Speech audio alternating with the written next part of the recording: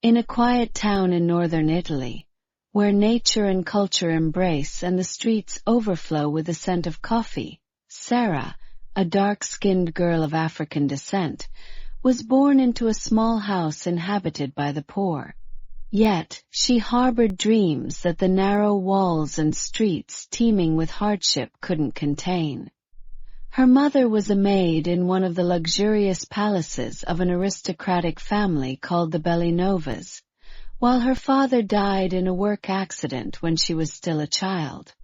One day, inside the palace kitchen, little Sarah was sitting on the floor, her feet crossed, her hands coloring a simple drawing from an old book she had found in a corner.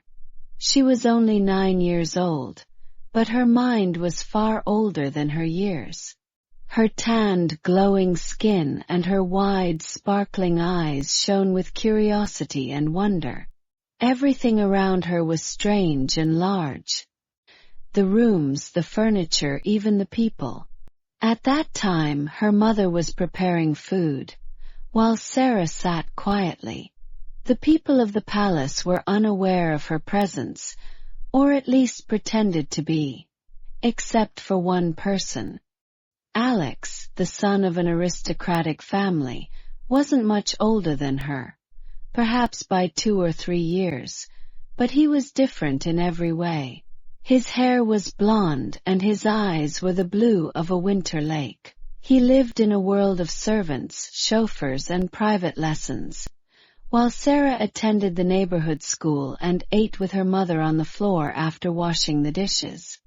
Their first encounter had been awkward. Sarah was walking along the back alley of the mansion, carrying a small bowl of stale bread to feed the birds, when she suddenly bumped into a running boy. She fell to the ground, and the bread scattered in all directions. "Are you blind?" the boy exclaimed, annoyed, shaking the crumbs off his silk shirt. She looked at him fearfully, then stood up, gathered the bread, and began to apologize. But something in her gaze stopped him. It was so innocent, and so vulnerable. He was silent for a moment, then said, "I'm sorry. I didn't mean to." She didn't respond, just nodded and walked away. From that day on, he began to notice her. He saw her cleaning the small drawers in the library, observing the books from afar without touching them. He saw her arranging the roses, gently dipping her tiny fingers in water, as if afraid of ruining the flowers. He saw her studying in a corner of the kitchen, with a worn pencil and a notebook covered in flower stains. Alex felt something about her, but he didn't know what to call it. Something between curiosity and admiration, between amazement and wonder. How could a girl live so quietly? How could she laugh despite being tired, study despite the noise, and dream, when she was the daughter of a servant? One rainy day, he sat next to her in the kitchen for the first time and said, "Would you like me to bring you a book from my library?" She looked up at him in surprise, hesitated, then said shyly, "I love reading, but books here are very expensive." He smiled and said, "I'll bring you whatever you want." And from that day on, the story began. Years passed, and Sarah received a scholarship to study medicine at a prestigious university due to her academic excellence. She was among the top of her class and was nicknamed the Miracle Girl. As for Alex, he studied economics at a prestigious European university and became the manager of the family business after his father's sudden death. Fate brought them together at an unexpected moment. Alex was on a business trip and suffered a medical emergency and was taken to the hospital. Standing among the doctors was Sarah, wearing her white coat, with complete confidence and a look unlike the old one he had known. She didn't recognize him at first, but he recognized her immediately. She treated him professionally and didn't mention the past, but he kept thinking about her. How had she become this way? Where had all this light come from?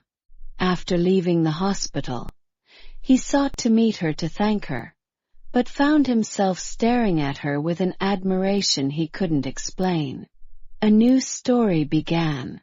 He came to the hospital often, donated to the medical institution, and proposed social assistance projects, just to be close to her. Sarah, despite her caution, sensed that their lives were different. Months passed, and he confessed his feelings to her. She initially refused, afraid of the gap between them, of the past, and of his family, who had always looked down on her.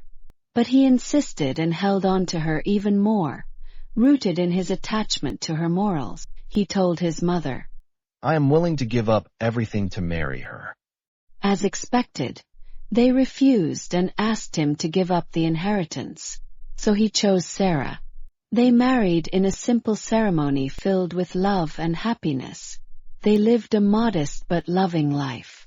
2 years later, they were blessed with a beautiful baby girl, whom they named Ruqayya. She was their life and the compensation that comforted their pain. Days passed until the day came when things changed. Alex's mother, Mrs. Margarita, was seriously ill. After a series of diagnoses, the doctors determined that the condition could only be treated by one doctor specializing in this rare disease. That doctor was Sarah. Sarah agreed without hesitation to undergo the operation and entered the operating room with complete confidence and a heart full of peace. The operation lasted for hours, with Alex by her side, supporting her, trusting her. The operation was a success. When his mother awoke, she saw Sarah with new eyes, not as a servant, but as a savior. With genuine tears, she apologized to her, saying, "I was blind. Forgive me, my daughter." The relationship between the two families was restored, and Sarah became part of the Belanova family, not just a daughter-in-law, but the doctor who brought life back. More days passed, and Ruqayya grew up, dreaming of becoming a doctor like her mother. Standing next to her father, Alex, on stage at an international conference to congratulate his wife and share in her dream, he stood up and spoke of his wife, saying, "Sarah wasn't just a woman I loved. She was the inspiration that made me believe that pure hearts can work miracles." Thus, Sarah lived an inspiring life, her story a long love song, from a small maid to a great doctor, from shadow to light, from pain to miracle. The end.